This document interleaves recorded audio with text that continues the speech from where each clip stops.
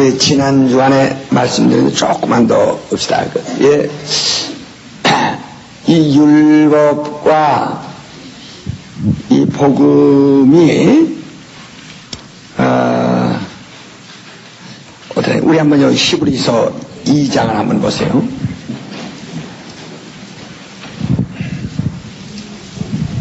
히브리서 2장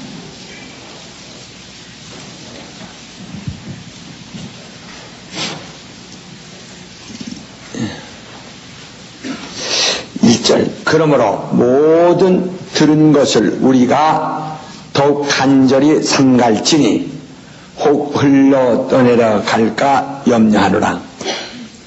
천사들로 하신 말씀이 견고하게 되어 모든 범죄함과 순종치 아니함이 공변된 보응을 받았거늘 우리가 이같이 큰 구원을 등한히 여기면 어찌 피하리요.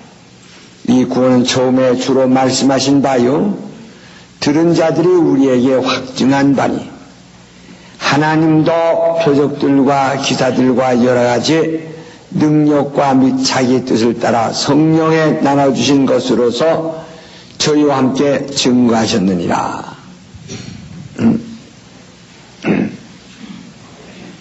예, 여러분이 본문에서 잘 이해하듯이 천사들로 하신 말씀이 견고하게 되어 모든 범죄과 순종치 아니함이 된 보응을 받았거든 우리가 이같이 큰 구원을 등한히 여기면 어찌 피하리요. 이 구원은 처음에 주로 말씀하신 바요 들은 자들이 우리에게 확증한 바니 하나님도 표적들과 기사들과 여러가지 능력과 및 자기의 뜻을 따라 성령이 나눠준 것으로서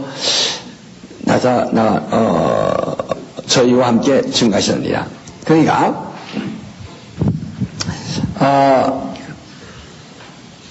율법이라는 것은 말이요. 여러분이 이 말을 잘 이해하셔야 됩니다.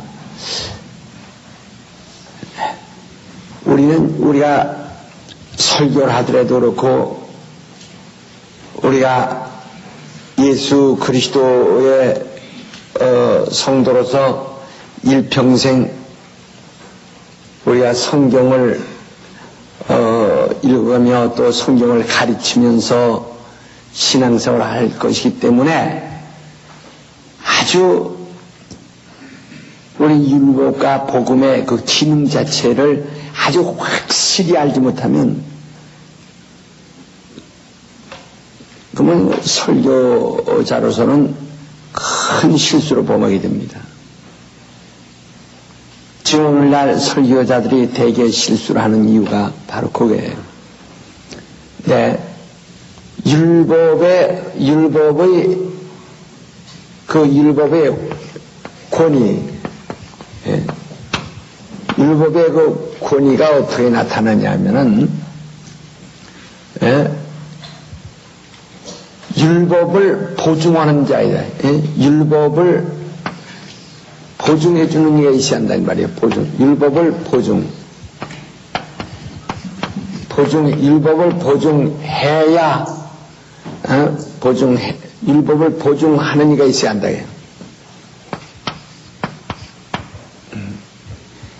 율법을 보증하는 이가 있어야 한다, 이 말이에요.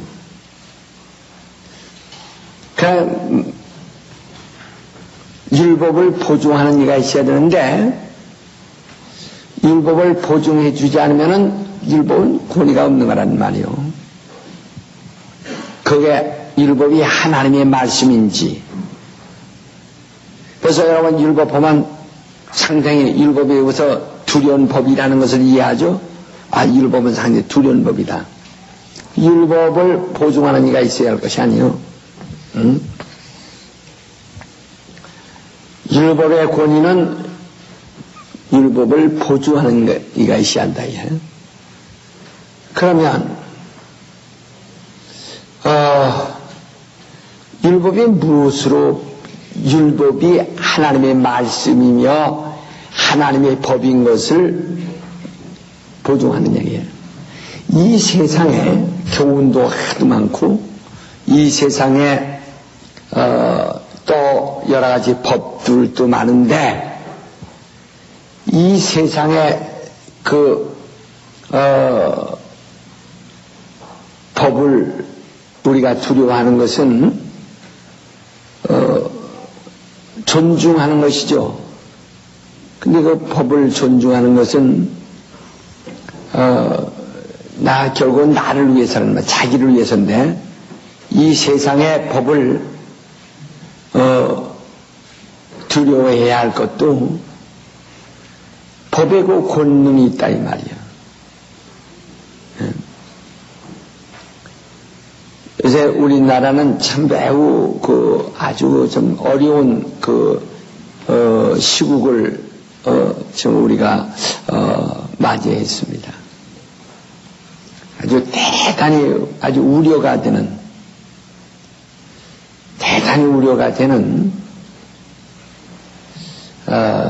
그런 시국을 맞이했다 이 말이에요. 그러나 이런 혼란이 전 국민의 절대적인 지지를 받고 있다고 생각하지는 않습니다. 왜냐하면 우선 저 같은 사람도 이런 혼란을 원하지 않으니까. 네. 그러나 첫째 법에 대한 아주 권위를, 법의 권능을 무시한다. 그러나 이 법은 누가 보증하느냐면 벌써 나라가 그 법을 이제 보증해 줍니다. 그러니까 법을 어긴 자는 나라가 심판한다 이 말이에요. 법대로 심판합니다. 그러나 이것처럼 이 율법의 권위는 율법의 권능이 있어야 한다 이 말이요. 그게 보증하시는 이가 계셔야 합니다. 우리는 하늘에서 율법이 왔다고 이렇게 믿지만은 어떤 사람 생각은 법이 하늘에서 왔는지 사람이 지었는지 어떻게 하느냐 이렇게 이제 생각합니다. 그러나 이 법은 사람이 보증하는 것이 아니고 하나님이 보증하신다는 것. 그래서 하나님은 이 많이 율법을 어긴 사람에게 대해서는 하나님이 율법을 어긴 자에 대해서는 보응을 가한다. 보응을 가한다. 보응이라는 것은 법을 어긴 자는 보응이 있다. 그러니까 그를 보증하시는 이가 있고 그 법을 보증하시는 이가 법을 어긴 자에게 보응을 가하신다. 절대로 보응을 해요. 오늘도 마찬가지입니다. 우리는 신앙생활을 오랫동안 하는 동안에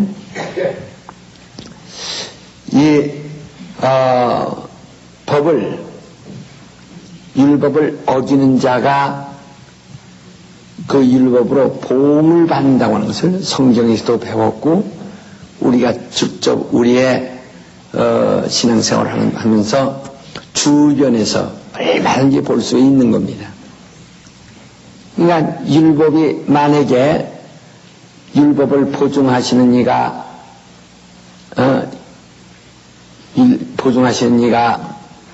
있지 아니하거나 또 보증하시는 이가 그 율법을 보응으로서 보호를 하지 아니한다면 법은 벌써 없어졌을 겁니다.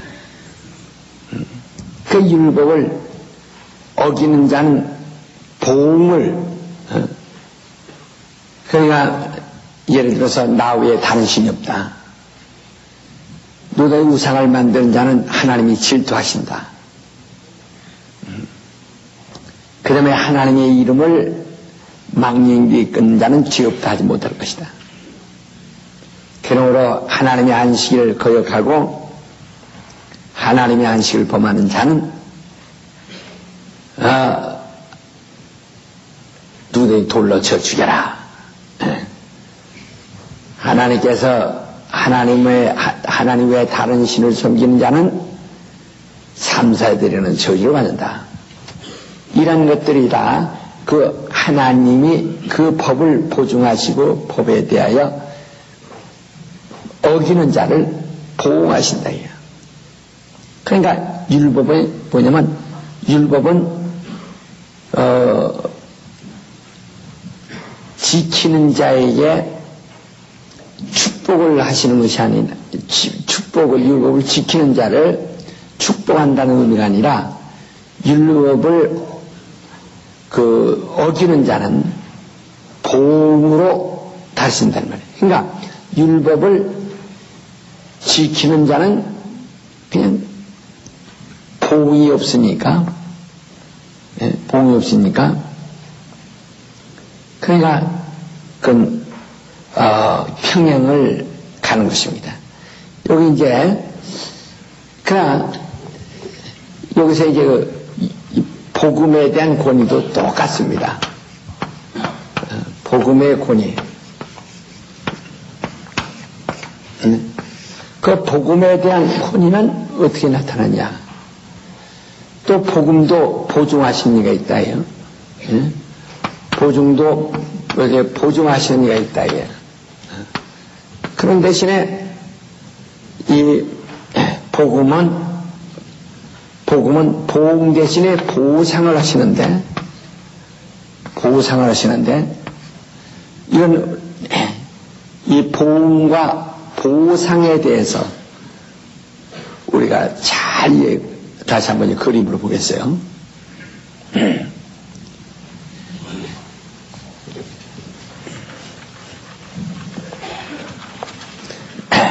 그러니까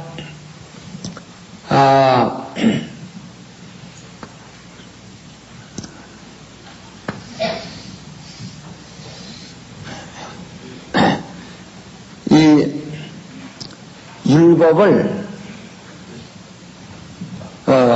율법을 지키는 자, 쉽게 말하면 율법을 지키는 자는 율법을 지키면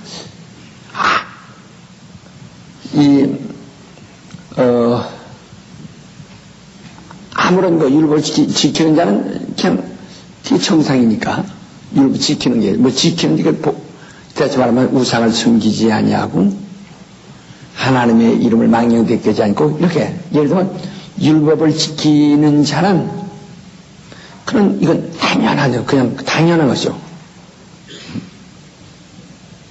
그건 안 하고 그건 당연하죠. 예를 들어서 여기서 누가 이 교통법규를 지키는 사람을 누가 잡습니까? 그건 당연하죠. 그건 누가 하나 간섭하지 않죠. 그러나 교통법규를 어기면 당장 이제 경찰이 나와가지고 수라고 해가지고 막 딱지되죠. 그러니까 지키는 데는 아무 부담도 없고 무리가 없다. 그러나 그 법을 어기는 즉시 바로 거기는 진노가 임한다. 저주가 임한다. 지키는 자는 당장 괜찮지만은 그러나 지키지 않는 자에겐 당장 그 저주가 이렇게 나타납니다. 딱 저주가 나타납니다. 그러니까 사람들은 이와 같이 율법을 통해서 그 하나님의 그 권능이 얼마나 무섭다고 하는 거. 그냥 구약적에는 똑같이 여기서 지금 2절에 말씀하신 천사들이 전한 복음, 천사들이 전한 말, 천사들로 하신 말씀이 견고하게 되어 범죄자들과 순종치 아니하는 자가 있으면 공본된 보응을 받았다야. 천사들이 전하는 것은 율법이죠.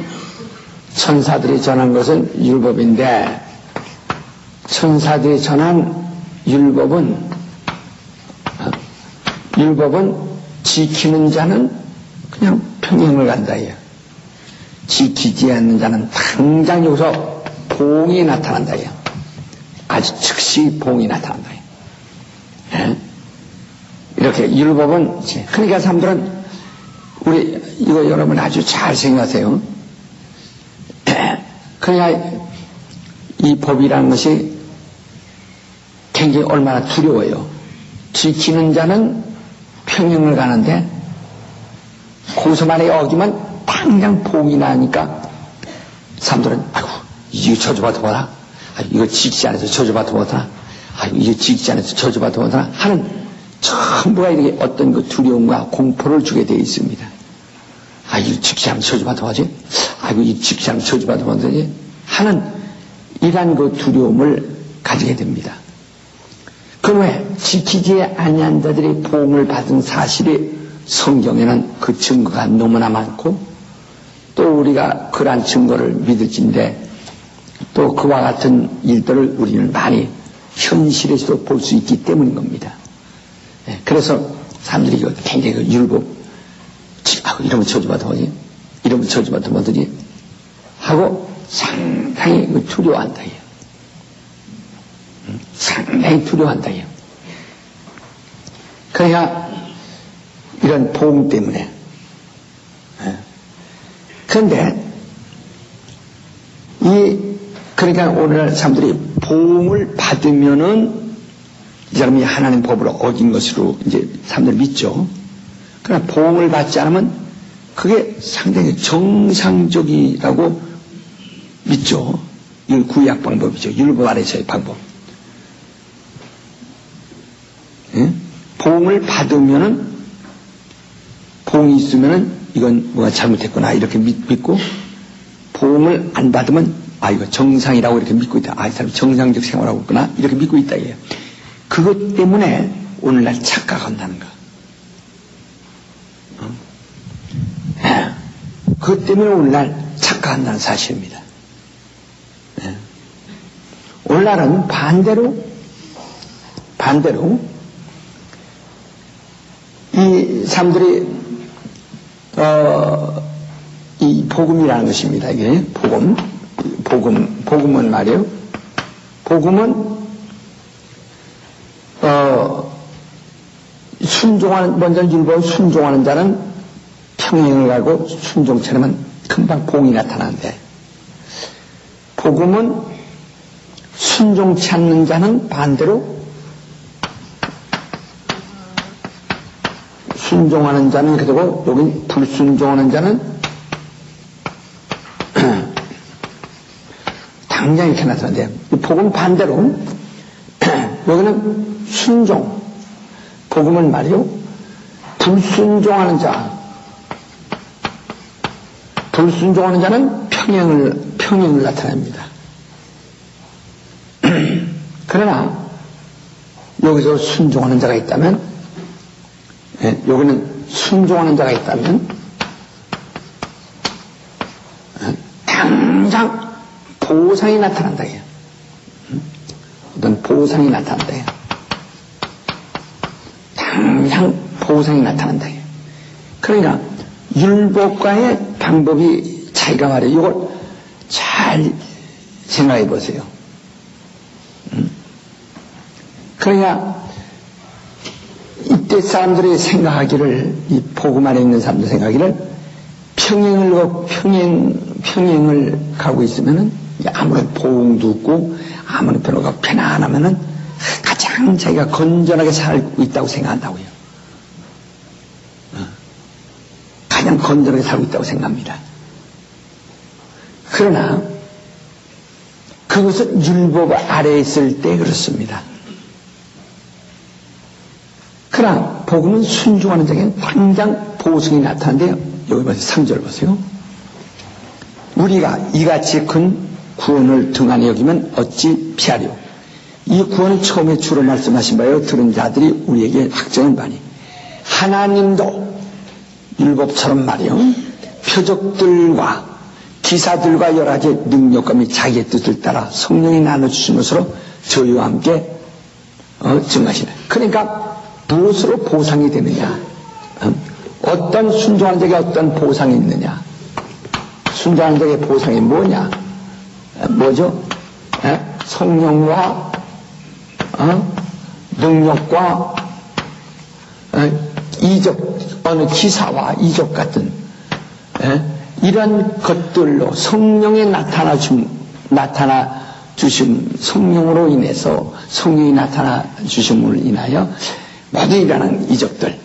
그러니까 하나님의 표적과 기사들과 여러 가지 능력과 및 자기의 뜻을 따라 성령이 나는 것으로 성령과 성령의 은사와 기사와 능력들로 이게 이게 나타난다. 그러니까 이 복음이라는 것은 복음을 순종하면 당연히 성령의 은사들과 능력들과 기사와 이적들이 당연하게 따르게 되어 있는 것이다. 이게. 순종할 때, 복음을 순종할 때는 복음을 불순종하면 평행을 걷고, 그러나 율법은 반대로 율법을 순종하는 사람은 평행을 걷고 불순종은 당장 그 보응이 나타난다. 자, 이 말을 지금 무슨 말인지 이해되시겠어요? 네. 확실히 이해되시겠어요? 네. 그러니까 보세요. 그래서 오늘날 여기 다시 한번 1절 봅시다. 그러므로 모든 들은 것을 우리가 더욱 간절히 삼갈지니 혹든 흘러 떠낼까 염려하노라. 그러니까 너희는 복음에 대해서 들은 것이나 율법에 대해서나 너희는 들었으니 아주 조심해라. 혹들 흘러 떠날까 조심한다. 그러니까 예를 들어서 이 흘러 금반지를 말이요 손에 꼈는데 비누질을 잔뜩 했어요. 손에.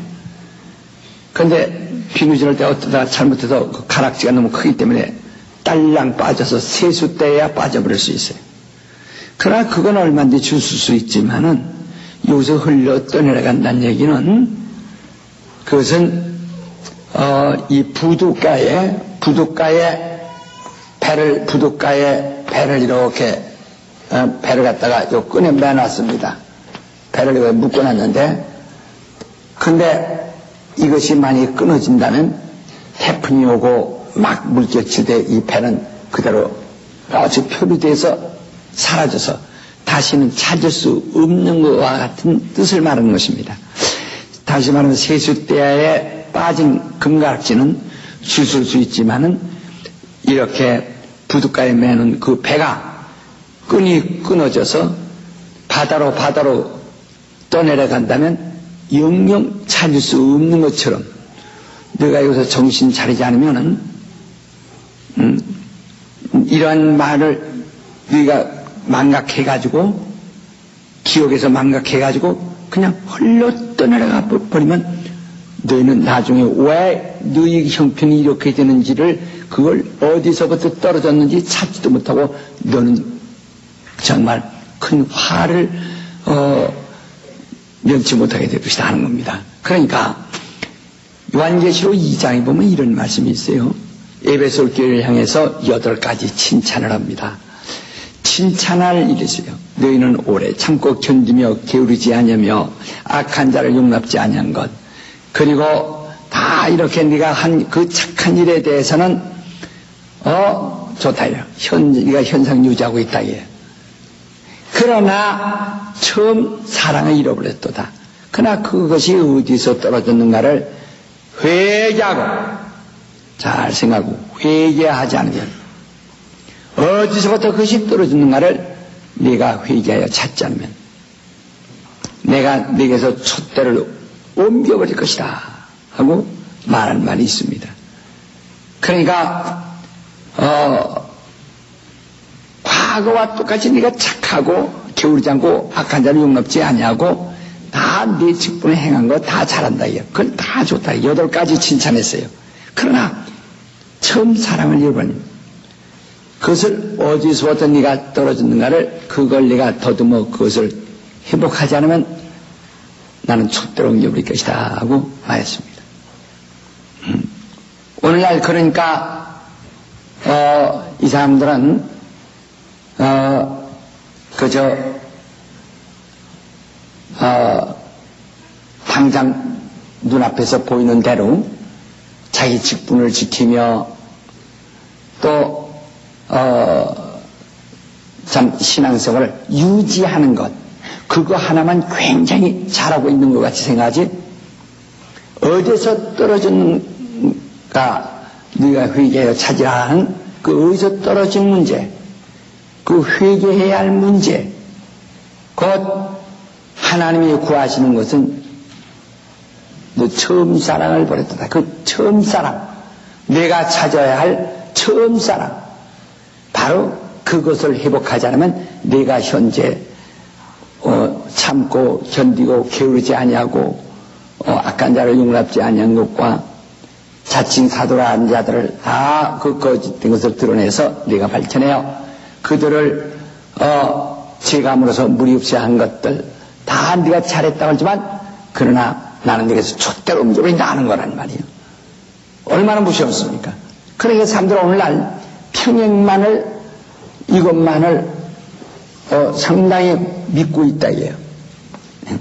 구약 때는 하나님 말씀을 순종하고 우상을 섬기지 않고 하나님 말씀을 순종하면 평행을 갖다 이게요. 평행이에요.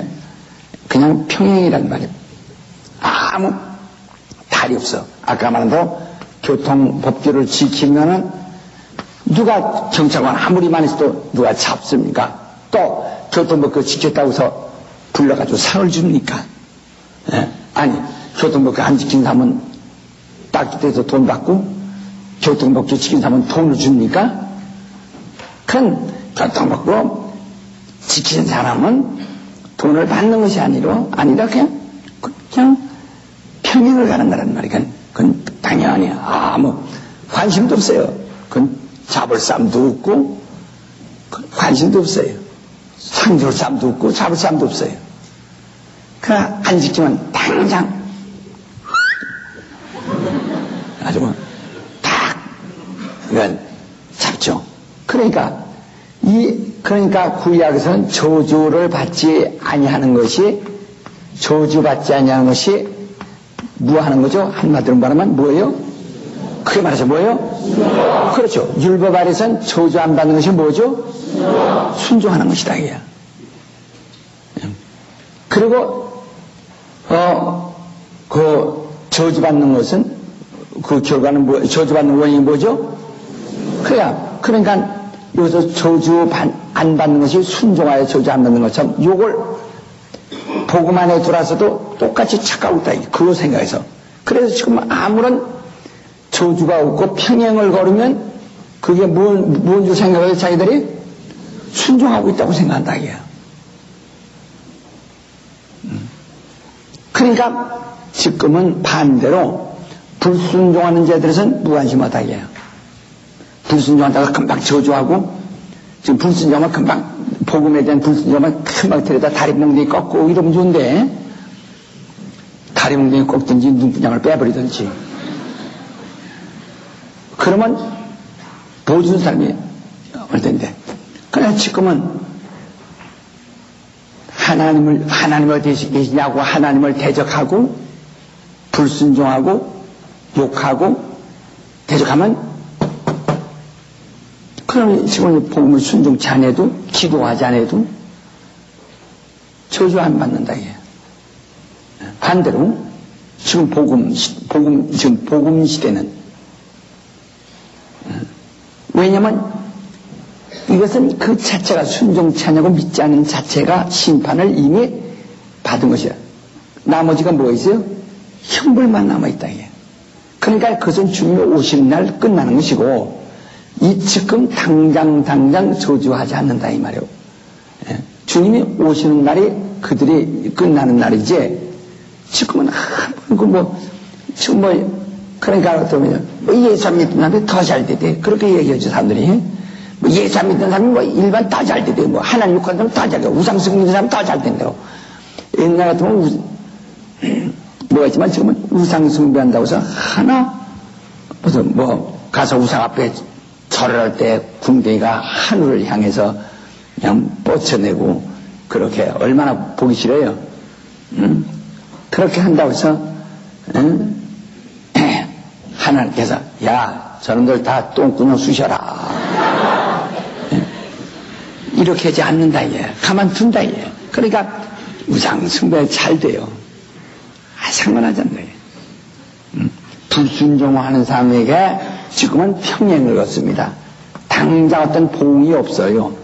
그러니까 과거에 율법 아래 있을 때는 율법이 지배할 때는 불순종하면 누가 평행을 걸었죠? 순종하는 자예요. 그러나 지금은 이제 율법은 끝났고 복음이 예수 그리스도로 와서 복음이 세상에 전파된 다음부터는 불순종하는 자는 뭘 걸어요? 평행을 간다 이게. 그러나 그게 불순종은 전혀 상관하지 않는다 이게. 이미 그건 뭐 이미 자기가 죽은 거니까 상관하지 않아요. 그러나 순종하는 자에게는 나타난다 이게. 어떻게 나타나냐? 성령의 은사와 능력과 기사와 이적들로 나타나게 됐어요.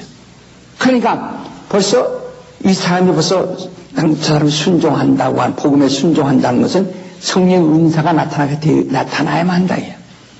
순종한다는 것은 능력이 나타나고 있어야 한다 이게. 그에게 그의 말씀이 증거되고 목회해야 하는 곳에 이적과 기사가 막 일어나고 있어야 한다 이게. 그러니까 뭔가 나타나야 그래야 이거 순종한 거. 안 나타나는 것은 불순종하고 있는 거예요. 그러나 오늘날 많은 사람이 율법과 복음에 혼돈하고 율법 시대와 복음 시대에 대한 혼돈을 해가지고 지금 아무 탈이 없는 것은 자기들이 가장 건전한 건 줄 생각하고 있고, 그러니까 그래서 뭐가 나타나면은 그건 이단이고, 그리고 저주받으면 그건 잘못한 놈이고, 그러니까 나타나면 이단이고, 저주받으면 그건 잘못한 놈이고, 그리고 그냥 순전히 이런 식으로 판단해버린다 이게. 그러나 이것은 아주 확실히 구별되어야 된다는 것을 말하는 시간. 너희는 이 율법에 대해서 이렇게 잘 알아. 천사들의 전한 말, 이걸 흘러 떠내가. 그냥 잘못하면 너희는 오늘 이런 말을 들었을 때 이것이 흘러 떠내갈까 한다. 너희는 정신을 차려라. 천사들을 통하여 전해준 말도 견고하게 돼서, 그래서 불순종하는 자에게 공분된 보응을 받았거늘 하물며 이같이 큰 구원을 등한에 그면 어찌 피하겠느냐. 하나님도 이 바로 성령 은사와 능력과 기사와 이적들로서 그 복음에 대하여 바로 확증하시고 있는 것이다.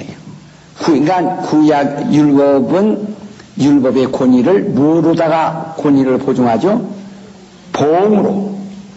그러니까 그건 보응으로. 그러나 복음의 권위는 뭐로? 예? 뭐로? 보상으로.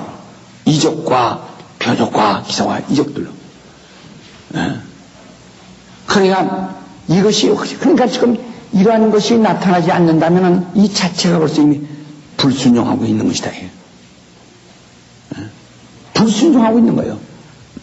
그런데 오늘날 여러분이요, 지금 되게 전부가요, 자기가 무슨 아무 뭐가 없이 평행을 걸으면 가장 건전한 것. 그래서 요새 건전타고 하는 뜻으로 이제 건전한 신앙 그러죠. 예?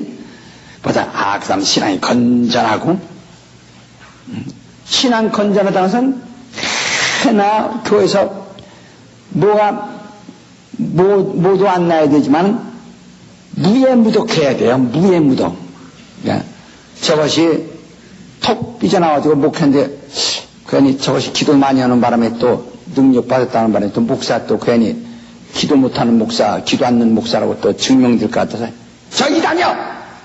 거기에 톡 튀어나오면 그게 나쁜 것들이고 그냥 그런 것들이 교회 다니면서 앉아 교회 와서 졸기나고 목사님 저는요 이렇게 기도해도 이렇게 받는 것이 없대요. 아 그게 건전한 거예요 그게.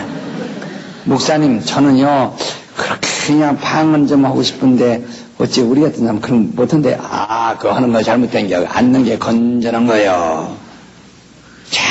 전부 이렇게 전부 이걸 그냥 그저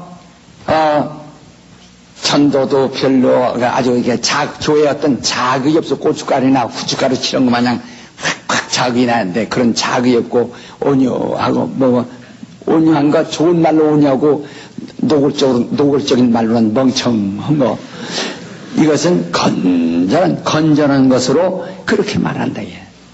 아니 여러분 지금 여기서 오늘 이 말씀에 대하여 그러니까 율법과 복음에 대해서 너희는 판별을 하는 말을 하는 거예요 이게. 그래서 이 말을 흘러 떠내려가지 않도록 조심하라. 천사들로 하신 말씀이 경계돼. 이 천사들로 하신 말씀도 견고하게 되어 모든 범죄함과 순종치 아니함이 공본된 복을 받았거든. 우리가 이같이 큰 구원을 등한히 여기면 어찌비하리요. 이 구원은 처음에 주로 말씀하신 바여 들은 자들이 우리에게 확증한 바니 하나님도 율법처럼 표적이다. 그러니까 이 율법에 대한 표적은 보이요 복음에 대한 표적은 바로 이런 보상인데 성령의 은사와 능력과 기사이다 말이에요.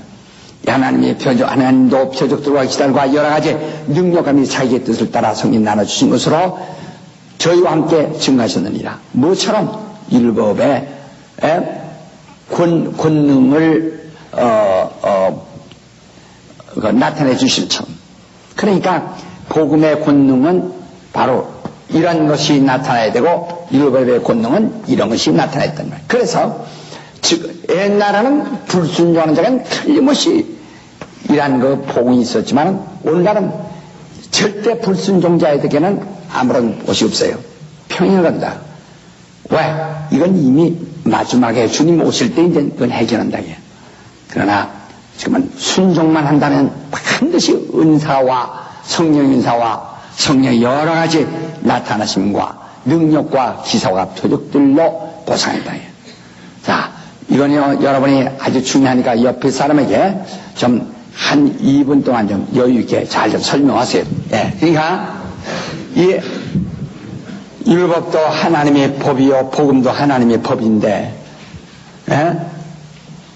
그래서 여기는 사망의 법이라 있고 여기 생명의 법이라고 했어요. 로마서 8장 1절 2절에 복음은 생명의 법이고 바로 율법은 사망의 법이라 그랬는데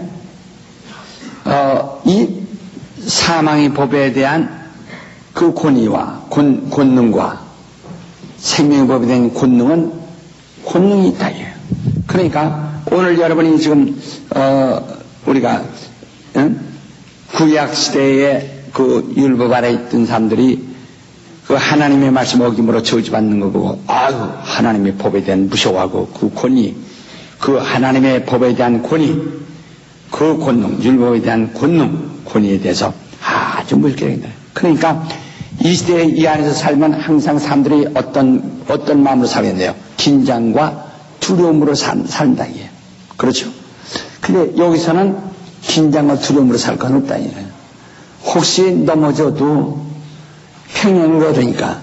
그러나 일어나면 일어난 대로 그건 다 막 정말 성령의 능력과 은사와 막 역사가 있다. 근데 오늘날 우리는 이런 평행을 갈 때 상당히 이것이 건전하게 생각해요. 그러니까 그렇게 말하는 사람들 가만히 보세요. 얼마나 그게 건전한.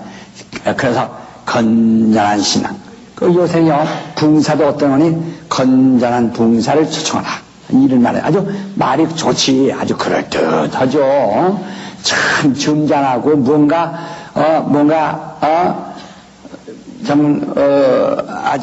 좀 특별히 참 구별하는 것 같은 그런 것이지. 아주 건잠사. 그만 보면 건전한 봉사라고 생각하는 이 사람들은 교회에다가 다시 말하면 아무런 자극을 주지 아니하고 담임 목사보다 더 위에 일어나서 펄펄 뛰고 까불면 이건 불건전한 봉사고, 그저 와서 담임 목사는 잔뜩 올려주고, 그리고 그 담임 목사보다 조금 이렇게 해서 못해가지고, 역시 우리 목사가 더 최고다, 이렇게 교인들 알고 판단하게 만들어 놓으면 이게 건전한 봉사로 이렇게 여긴다. 그리고 괜히 성령 어쩌고 해가지고, 그러니까 성령 하면은 목사들이 더 따라갈 텐데 목사들이 또 따르기 어렵고 말이요. 지금 어디 가면 겨울에 붕에 가면 말이요, 어느 목사님은 아주 주름에 끼고 앉아서 아주 팔짱에다 끼고 앉아서 기도하려면 다른 사람들은 쥐하는데 아주 팔짱 끼고 앉아.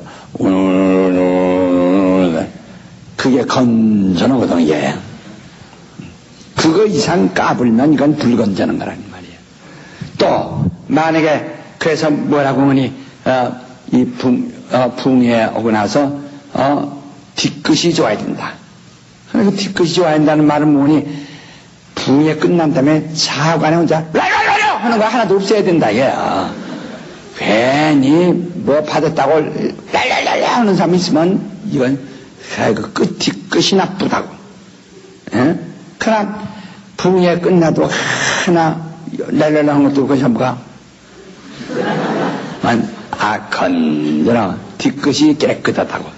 그러니까 붕사 왔는지 갔는지 왔다 갔는지 떠들어댔는지 뭔지 아무 표도 안 나야 뒤끝이 깨끗하고 건전한 붕사가 왔다가 막 랄랄랄라 그러면 막 그만은 아이고 그 붕사 와가지고 아주 뒤끝이 나빠가지고 수습하느라고 혼났다고. 왜 그걸 하지 마라 하니까 그걸 그러니까 또 어떤 사람은 아이고 왜 붕사는 은혜를 받게 하느라고 해서 우리가 성령 받으려 그러는데 우리 목사님 성령을 절제시키는가. 그래서 막 톡 튀어서 난 그러면 딴 길에 가버린다고 홀딱 하면 그 붕사 와가지고 그냥 뒤끝이 높아가지고 아래 그냥 사람만 잃어버렸다고 말이야. 그 건전한 봉사 초청해야지. 그러니까 자기 무능한 자기의 입장을 대변해주는 봉사는 건전한 봉사. 자기 무능한 것을 대변하지 못하고 거기서 조금이라도 봉사가 좀 이렇게 능력 있다는 것을 나타내거나 다른 교인들과 자극해서 조금 능력 있는 신자로 만들어버리면 이건 뒤끝이 나쁜 불건전한 사람으로 만드네. 그래가지고 요새 봉사를 이제는 누가 좋으냐 가만히면 건전한 봉사, 이런 사람들이 사람은 건전한 봉사다 하는 사람은 우리가 이렇게 보면 확실히 아주 둘이 똑같이 죽이나 마시는 사람들끼리만 앉았다. 이게 불행한 겁니다. 초대교회 보세요. 제자들이 지나가곤 하면 교회는 큰 배가 지나갔을 때 막 밑에 프로펠러가 돌물어서 그냥 물길이 일어나듯이 굉장한 비행기가 지날 때 소음이 일어나듯 굉장한 일들이 막 일어났거든요. 그래서 막 사도들이 지나고 난 다음에 핍박이 일어나고 막 순교자가 생기고 오늘날 많이 그런 거 생겨보세요. 아이고 그 붕사 지나가지고 그냥 뒤끝이 나빠가지고 막 순교자가 생기고 그냥 얼마야 그럴 거 아니요.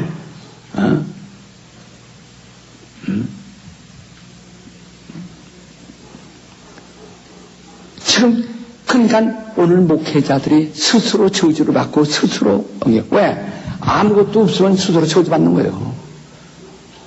자긍의 평행을 걷는 것은 지금은 오히려 불순종이라게.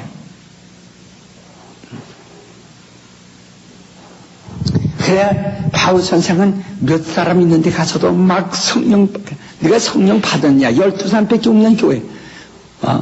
오늘날 어떤 목사님이 붕이하러 갔다가 교인이 한 30명 모이니까 돌아와버렸다고 그러는데 그건 말도 안 돼요. 두 사람 모였으면 어떻습니까? 예. 가끔가다 이런 말하는 소리도 제가 붕이하면은, 아이고, 목사님, 그냥, 교인이 얼마 없어서 그냥 목사님 실망하실 것 같아서 죄송하다고. 실망은 왜 실망해요? 예?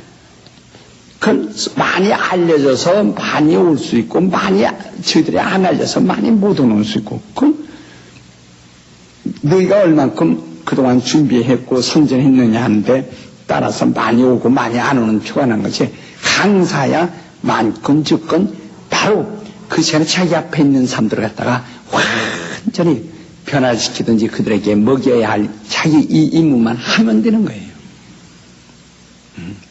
그건 아무 상관없습니다. 전 하나님 앞에 제가 내 경험을 감사한 것은 저는 교인이 많고 직구간에 자극을 받아본 적이 없어요. 제가 30년간 붕이하면서 어디 가서 교인이 많다고 하고 막 어깨가 우쭐해 보거나 교인이 적다고 크게 낙담해 본 일은 단 한 번도 없다 이게. 아니, 전 개척할 때 저 교인이 불과 10명도 못 되는 교회를 개척하고 그런 교회에서 시작한 사람이니까. 옛날에 시골에 있을 때도 8명 교인 가지고 시작했고요. 그 아무 상관없다고요. 교인이 많다고 해서 인기가 굉장한 것 같이 생각하고 교인이 없으면 인기가 뭔가 같고 저는 내가 인기가 있든 없든 전 그건 관계없어요. 내게 몰아다 놓으면 난 그들에게 먹여야 할 책임이 있고 내게 몰아다 주지 않으면 내가 그들을 오지 않은 사람들하고 어떻게 할 필요는 없죠. 그러나 앞에 와 있는 사람들에게는 분명히 한다 이게. 자, 우리는 지금 이 율법과 복음에 대한 권위, 그 권능이 그 권위를 보증하고 있다는 것. 그래서 율법의 권위는 그 보증하신 이가 복음으로서 율법의 권위를 세워주고 복음은 복음의 권위를 보증해 주신 이가 지킬 순종하는 자들에게 성령의 능력과 은사와 권능들로 바로 보증해 주신다. 네. 그렇기 때문에 지금은 여기 지금 말씀하신 것처럼 4절에 말씀하신 것처럼 하나님은 지금 절대적으로 이 복음을 순종하는 자들에게 이러한 일을 끝없이 시작하신다. 그러니까 여러분 이게 평양론을 가지고 건전하게 생각하고 하지만 이건 율법시대에 그거 생각하니까 오늘날이요 일반적으로 율법과 복음에 대한 이해를 하지 못하고 율법시대와 복음의 시대에 대해서 그걸 잘 판단하지 못했기 때문에 그런 문제가 있는 것입니다. 그러니까 이것을 여러분이 아주 정말 잘 정말 이해하셔서 이런 식이죠. 이런 식이란 말이야. 복음은 이런 식이죠. 평행을 걷는데 착각하지 말라는 거. 평행을 착각하지 말라는 거. 그러므로 이 평행은 지금 평행은 그건 스스로 저주를 받고 있는 겁니다. 이같이 큰 구원을 등한히 여기는 신부한테 등한히 여기는 것과 같다. 이같이 큰 구원을 등한히 여긴다. 네. 그러니 얼마나 보세요. 오늘날 얼마나 사람들이 이 복음에 대하여 등한히 여기는가. 왜? 평양만 믿고 있어요. 그래서 자기가 가장 건전한 줄 알고 있어요. 교리대로 하면은 평양을 유지합니다. 교리대로 하면은 자기는 교리대로 하면 가장 건전한 상같이 생각할 거예요. 그러나 성령의 역사는 그와 상관하지 않습니다. 우리는 정말 이 복음의 일이 무엇인가를 잘 생각하셔야 합니다. 성경은 마치 무엇 같으냐면은 한 폭의 그림과 같아요. 성경이라는 것은.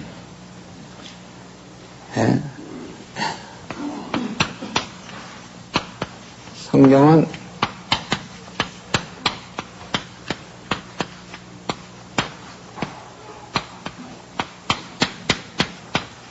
성경은 한 폭의 그림과 같다 이 말이에요. 그러니까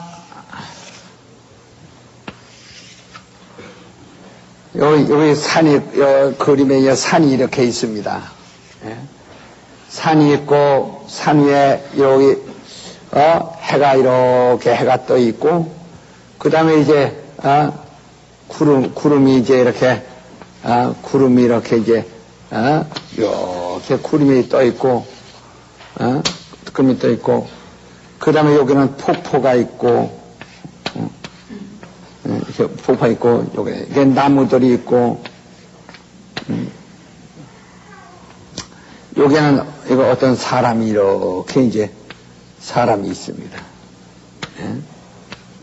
사람 있고, 여기 집들이 이제 이렇게 집들이 있고, 굴뚝에서 영자 부분하고 이제.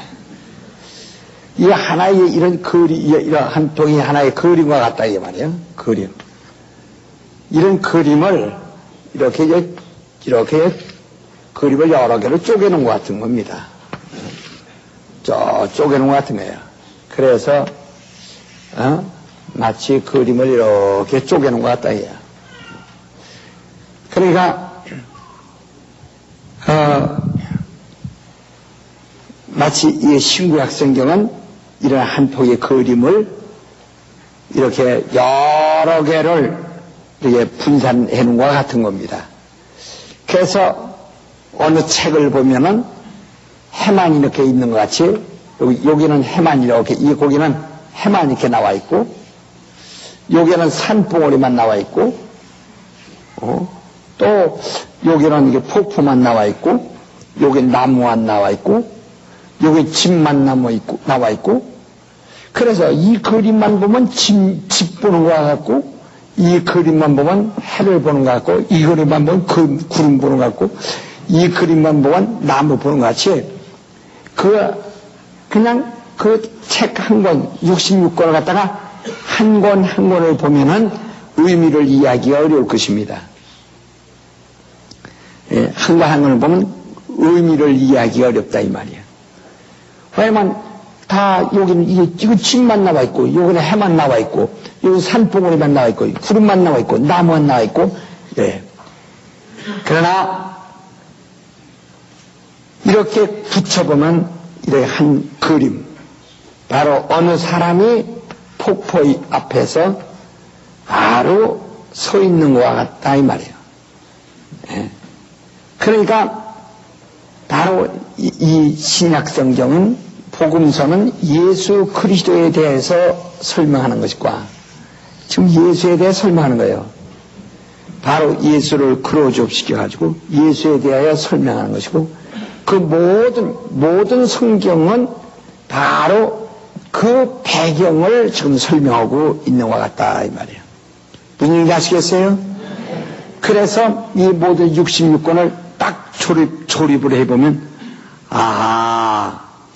이러한 배경 앞에 그분이 서 있구나, 그분이 나타나셨구나, 그분에 대하여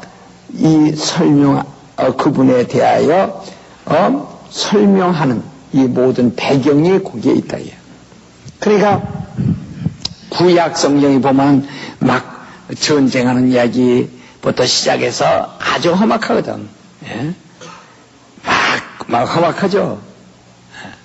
심지어는 너 며느리와 시아버지 사이에서 아기를 낳는 것이 없는가, 아버지와 딸 사이에서 아기 낳지 않는가, 어떻게 성경에 이런 것이 들어있는가 하고 정말 심란할 정도입니다.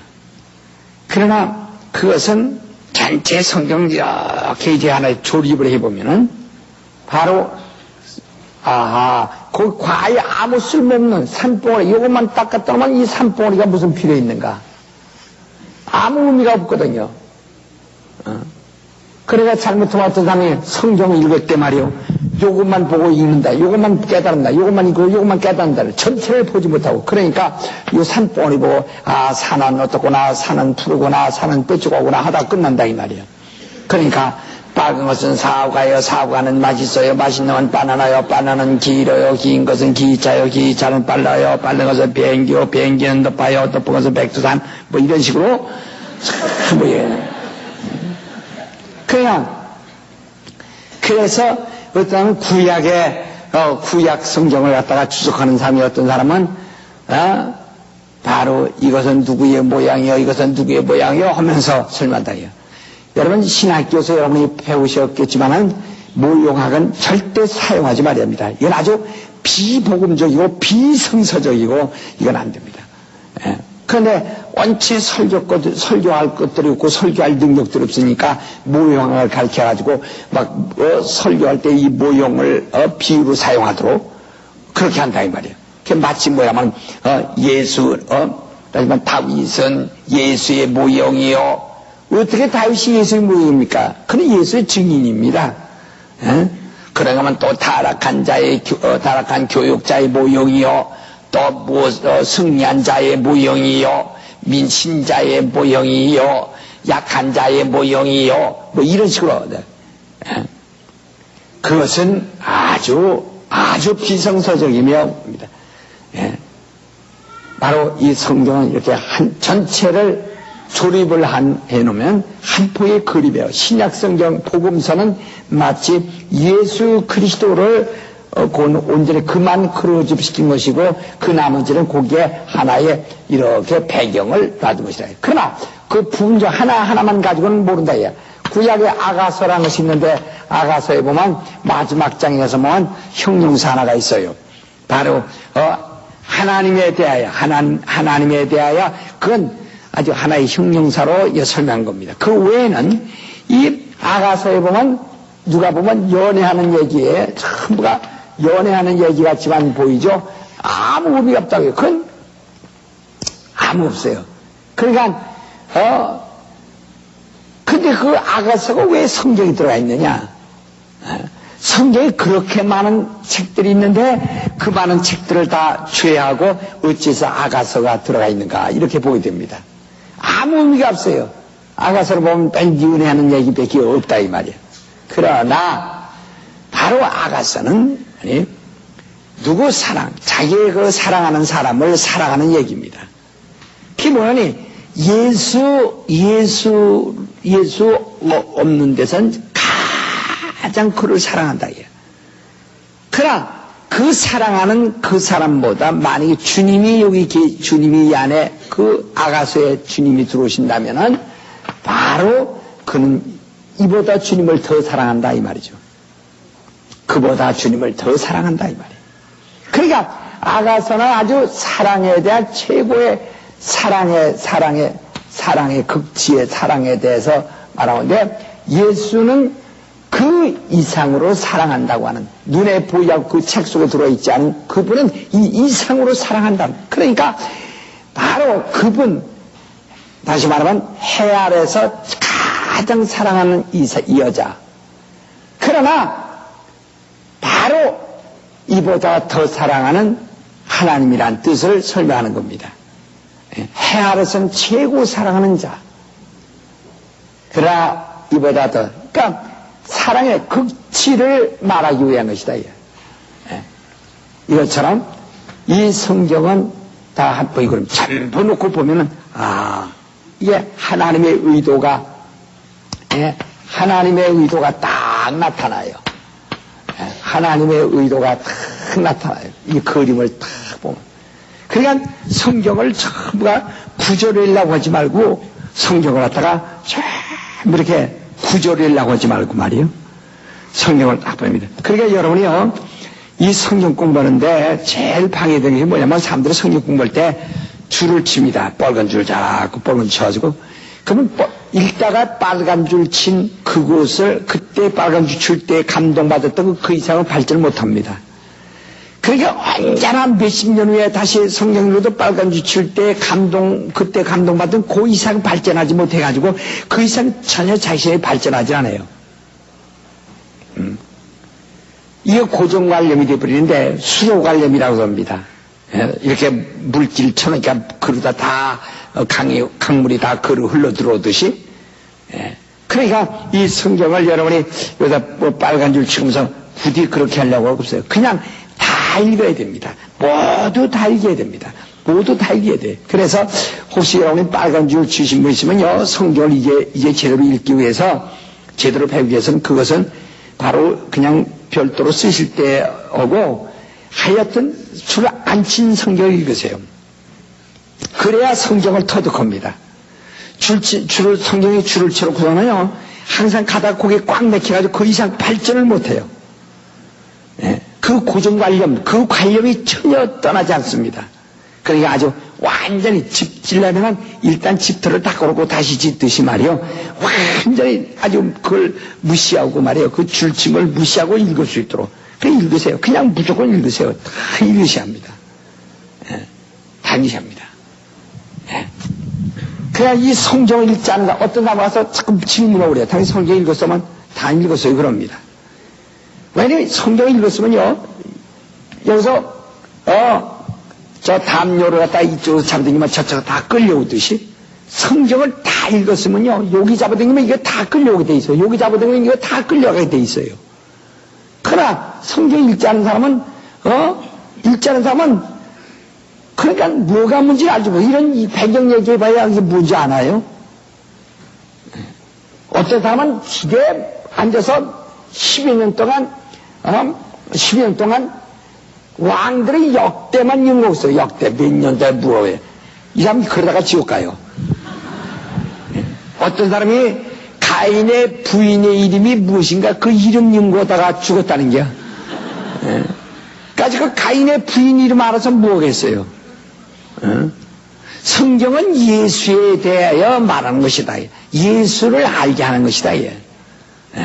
그러니까 자 요한복음 5장 39절에 성경은 예수에 관하여 증거하는 것이다. 자, 그러나 성경이 얼마나 일이 만무하십니까? 우리 한번 요한복음 21장 한번 보세요. 요한복음 21장을 보시면은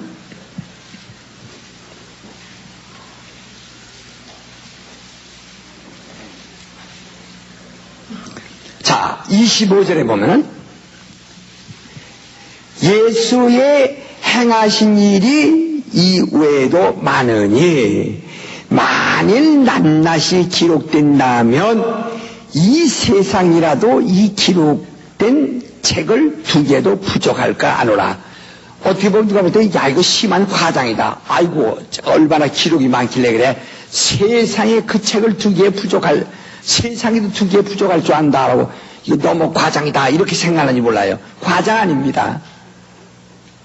이건 과장 아니에요. 예를 들어서 말이요. 노아 홍수 때 물이 빠져 죽던 사람들이 한번 인류가 다 물이 빠지는데 그들이 책을 쓰고 죽는다고 합시다. 예를 들어서 그러면 그들이 각각 책을 쓸 때 노아가 이렇게 전도하면서 70년 동안 방주를 짓는데 우린 나가서 비웃었고 그런데 그 사람은 자꾸 무슨 일이 생긴다고 해서 방주를 산꼭대기에다 짓고 있는데 우리가 이제는 마침내 그날이 와서 비가 오는데 죽는 시간까지도 우리 깨닫지 못했다. 이제 살려다 아우성 저도 살 길이 없구나 하는 것을 그가 아주 구체적으로 묘사한다면요. 김지동도 책을 250권 써야 되는데 말이요. 그 사람들이 하나하나가 200권씩만 쓴다고 한다면 말이요. 예? 죽어가는 사람들이 마지막으로 작품 하나씩만 남겨놓고 죽는데도 얼마나 해서 또 애굽에서 출애굽하던 사람들이 그들이 양의 피를 문설주에 바르고 그 아슬아슬한 그러한 일들을 경험하고 구원받은 바로 추격을 받으면서 출애굽할 때의 그 광경들을 하나하나 쓰다면 200권씩을 나올 겁니다. 책 하나가. 자세히 다 쓰다면. 예? 그러나 또 거기서 예수 앞에서 소경이 눈뜬 것을 보던 사람들이 각각 그들의 그 감정 그걸 자세히 낱낱이 기록한다면은 아마 그 각자 100명이 들였다 그래서 100명이 각각 책 한 권씩만서도 100권이 나옵니다. 예. 5,000명이 광야에서 떡 먹던 얘기, 그들이 배고픈 얘기부터 시작해서 예수께서 떡 만든 얘기부터 시작해서 먹던 얘기까지 처음보면 이렇게 기록을 남겨두자면은 정말로 또 인류가 각각 하나님이 천지 창조하신 이야기를 갖다가 각각 믿는 믿음을 모두가 말한다면 굉장히 이 자리에 있는 여러분들이 정말 여러분의 믿음을 아마 글로 쓴다면 책이 몇 권씩 나올 거예요. 자세히 죄 짙은 얘기부터 시작해서 이래서 구원받은 얘기부터 시작해서 다 쓴다면 굉장할 겁니다. 그러니까 정말 그 하나님이 하신 일을 낱낱이 기록하여 책을 만든다면 이 세상에도 그 책을 두기에 부족하다 하는 말이 맞는다. 과장은 아니라 그렇게 얼마든지 그렇게 돼 있어. 그러나 자 20장 보세요. 20장 30절 예수께서 제자들 앞에서 이 책에 기록되지 아니한 다른 표적도 많이 행하셨으나 오직 이것을 기록하면 너희로 예수께서 하나님의 아들 그리스도이심을 믿게 하려 함이요 또 너희로 믿고 그 이름을 힘입어 생명을 얻게 하려 함이라. 바로 얼마든지 더 필요한 이야기들이 많고 예수께서 하신 일이 많고 너희가 본 일도 많고 세상에 나타난 일이 참으로 많지만은 그런 것을 알리려고 글을 쓰는 것이 아니고 성경을 만드는 것이 아니다. 성경은 누구를 나타내려고?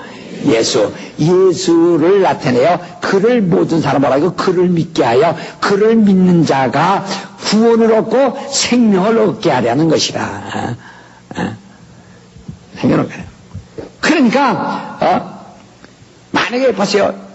이 사람을 결혼시키려고 그러는데 중식을 해서 중시랩이 데려오고 뭐 다 데려와서 얘기하려고 하니까 지들끼리 결혼했으면 그럼 뭐 할 필요가 뭐 있어요.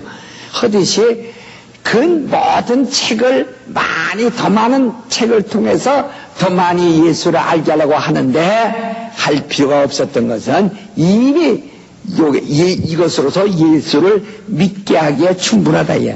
이것으로 예수를 믿게 하기에 충분하니까 이를 믿고도 이를 읽고 믿는다면은 되는 것이다. 그러니까 성경은 오직 예수를 설명하기 위한 것이다. 그러니까 지금 이런 배경이 이렇게 많은데 이것은 바로 이 예수를 이해하시기 위해서 이분이 이러한 배경 앞에 섰구나 하는 것을 이해하시기. 그렇다면 이분이 무슨 분인가 이래야 된단 말이야. 이분이 이 배경 앞에 섰구나 이것을 설명하는 것 같다 이 말이야. 그러니까 이 예수 그리스도는 아까 말한 대로 인류가 하나님의 원수가 되어 죽게 됐는데 그 죽게 된 인간을 위하여 예수 그리스도가 오셔야 될 것을 말씀하시더니 마침내 그분이 오셔서 그분이 십자가에 달려 죽으시고 마침내 우리를 구원하신 구세주가 되셨구나. 이렇게 설명하기 위한 하나의 배경이란 말이에요. 그러니까 성경은 바로 이렇게 한 편의 그림으로 봤을 때 아주 이야기하죠. 드디어 바로 예수 그리스도에 대하여 설명하시는 것이었구나. 다시 성경은 예수를 말하는 것이다. 그렇죠. 예수를 말하는. 그러니까 마치 구약 성경은요. 구약 성경은 약도, 집 찾는 약도나 주소와 같은 거예요. 주소. 그러니까 전화번호 같은 거. 전화번호 같은. 주소나 약도나 전화번호 같다 이 말이야. 그럼 마침내 집을 찾았을 때 이것이 무슨 필요 있는 이야기야. 이게 자기 집 약도 가지고 다니는 사람이 있다고 손 들어보세요. 자기 집 약도 가지고 다니는 사람이 있으면 손 들어보세요. 정신없어서 약도 없으면 자기 집 못 찾아가면서 손 들어보란 말이야.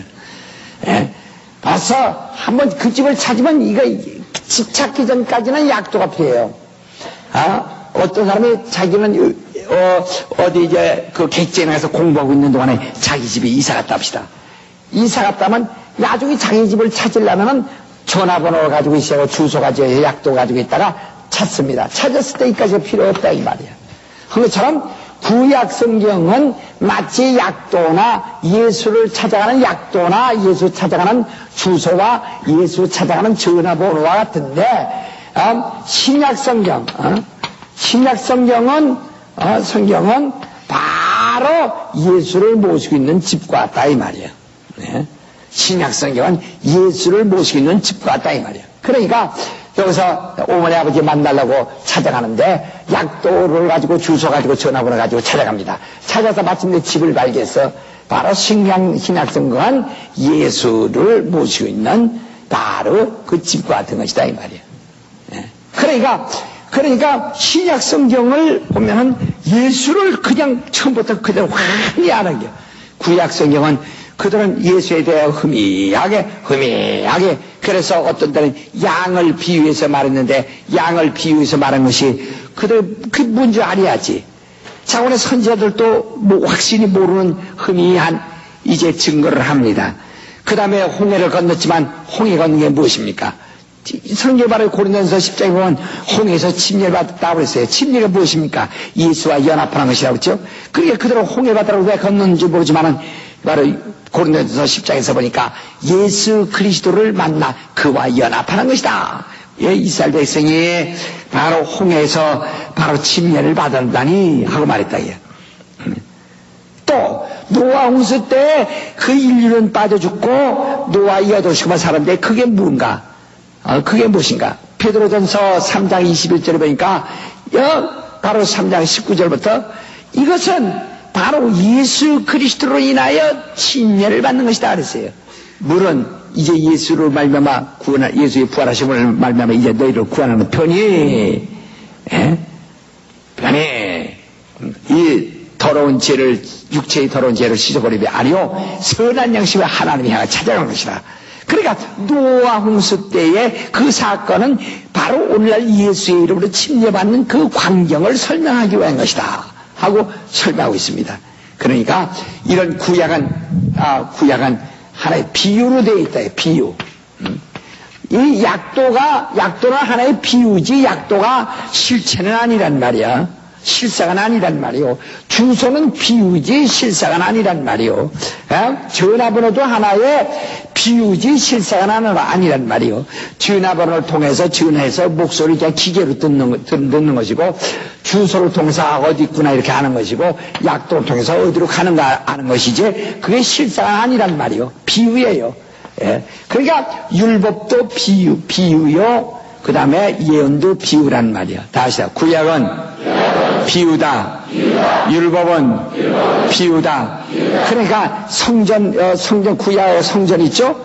그게 비유란 말이에요. 그래서 예수가 이 성전을 내가 사흘에 지으리라 한 성전이란 말이에요. 그게 참 성경이란 말이에요. 오늘 여러분 내가 참 성전이에요. 그러나 구약에 하나님을 모시던 성전은 하나의 비유란 말이에요. 그러나 바로 예수께서 내가 사흘에 지리라는 성전은 오늘 여러분과 납니다. 바로 여러분과 납니다. 우리 예수의 지체가 되어 우리 자신이 하나님을 모시는 성전이요. 그러니까 하나의 구약성은 비유로 되어 있다. 그러니까 이미 실상을 찾았는데 비유를 다시 더듬을 필요는 없는 거란 말이에요.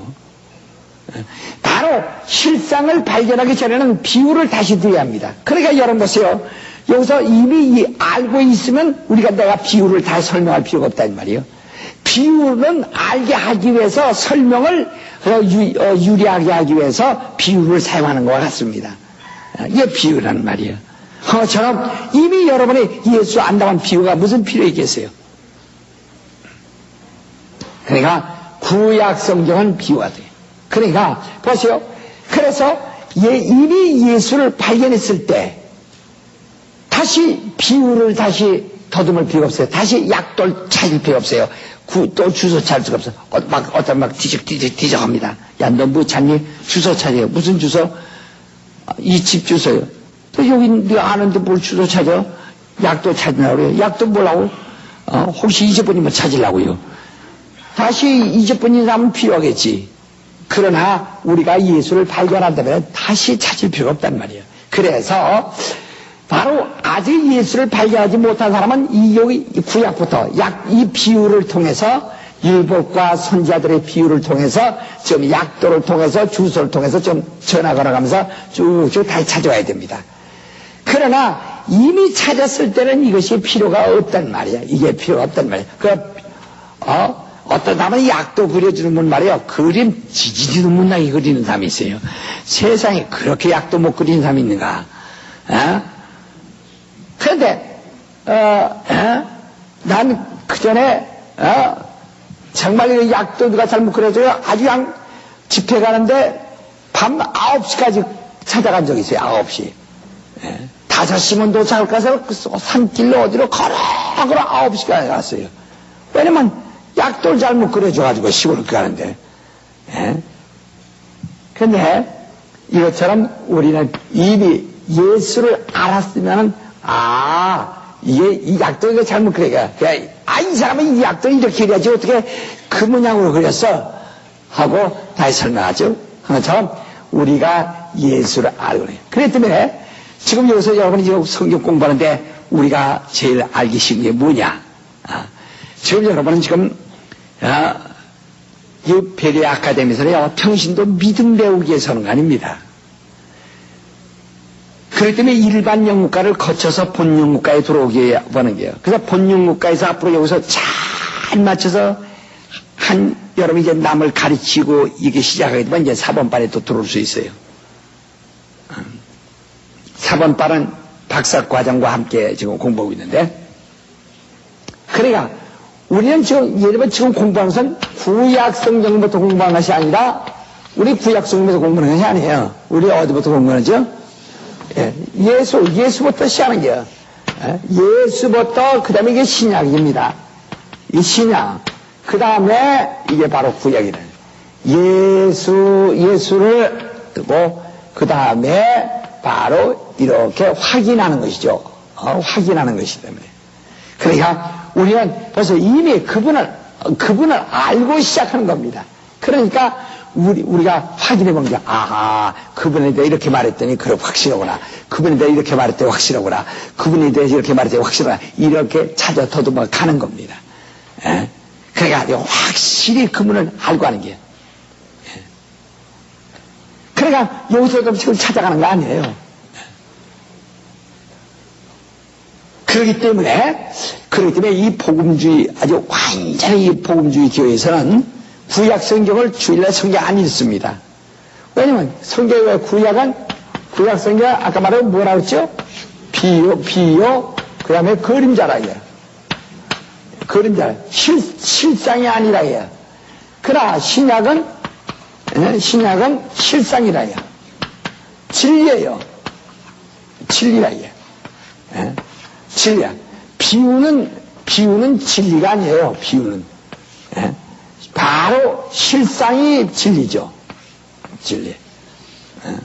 그러니까 저 구약은, 그러니까 율법은 진리라고 말하지 않습니다. 요한복음 1장 17절에 보면 율법은 무엇으로 말미암고 진리는 예수 그리스도로 말미암는다 했어요.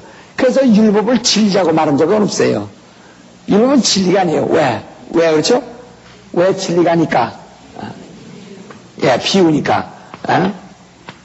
율법은 말이에요. 율법은 변한다 이야. 반드시 변한다고 했어요. 율법은 히브리서 8장에 보면 율법은 반드시 변한다 이야. 율법은 변해야 한다. 또 없어져 가는 것이다 이야. 그러나 바로 진리는 변하지 않는서 그래 진리예요. 진리는 변치 않는다. 변치 않아. 영원히 변치 않기 때문에 그래 진리란 말이야. 진리는 영원히 변치 않는 거야. 그러니까 예수가 나는 진리요, 나는 영원히 변치 않는다. 다시 비유가 아니라 이야. 다시 여기다 양을 설명했죠? 양이 뭡니까? 양은 하나의 비유란 말이야. 그러나 이제 예수께서 요한이 말하기를 보라, 우리가 이제까지 구약에 설명하던 그 죄를 지고 가는 어린 양, 바로 그분이 이분이다. 그분이 이분이다. 이렇게 설명했다. 그러니까 이 양이라고 이제까지 예수를 과거에는 양으로서 비유를 썼다 이 말이야. 이게 변화해서 실상이 오셨다. 실상이 왔다. 진리란 말이야. 그러니까 진리는 변하지 않는다. 그래 진리예요.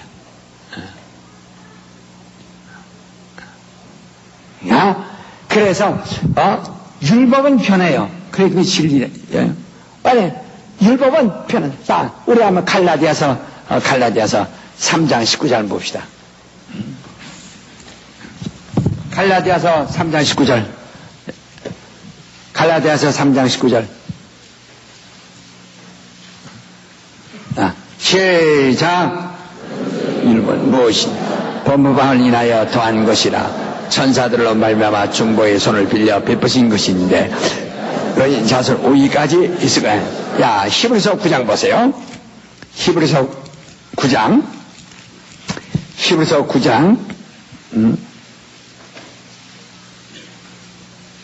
자, 8절부터 10절까지 시작. 성령이 이로써 보이신 것은 첫 장막에 서 있을 동안에 성소에 들어가는 길이 아직 나타나지 아니한 것이나 이 장막은 현재까지 비운이 이에 의자에 드리는 예물과 제사가 섬기는 자로 그 양심상으로 온전하게 할 수 없나니 이런 것을 먹고 마시는 것과 여러 가지 씻는 것과 함께 육체의 입음만 되어 개혁할 때까지 맡겨준 것이니라. 이렇게 변하여 가고 있는 거. 다 변하죠. 또 8장 보세요. 8장 13절 보세요. 8장 13절 시작. 새 언약이라 말씀하였으니 첫 것은 낡아지게 하신 것이니 낡아지고 쇠하는 것은 없어져 가는 것이다. 이렇게 변한다. 그래 진리라고 말하지 않습니다. 어떤 사람은 그냥 설교만 하면 진리인 줄 아는데 진리라는 것은 예수 그리스도를 두고 말하는 거예요. 변하지 않기 때문에. 바로 복음은 진리예요. 예수는 진리예요. 진리는 변치 않는 거예요. 그러나 율법은 변한다. 왜? 비우니까. 그러니까 여러분들이 지금 이것도 지금 아주 구약 성경을 거기에 이렇게 이것은 하나의 예수에 대하여 과거 그때 이렇게 예언했구나. 정말 그분에 대해서 과거에 이렇게 예언했구나. 그걸 확인하기 위한 하나의 확인하는 하나의 방법은 되어도 그걸 바로 이제 거기에 얽매이지 않아도 괜찮습니다. 바로 예수는 진리예요. 자, 이해하시겠어요? 야, 이 시간 기도하십시다. 기도할 때 다른 기도하지 마세요. 하여튼 우리가 정말 아주 착실히 2년간 배워야 되기 때문에 지극히 조금마다 아주 초전 것부터 아주 요걸 아주 완전하게 아주 완전히 납득하고 들어가야 점점 깊이 잘 들어갈 수 있어요. 성령께 기도하세요. 내게 영감을 주시옵소서. 정말 나로 하여금 정말 하나님 말씀 진리를 깨달을 수 있도록 영감을 주옵소서. 다 같이 통성으로 기도합시다.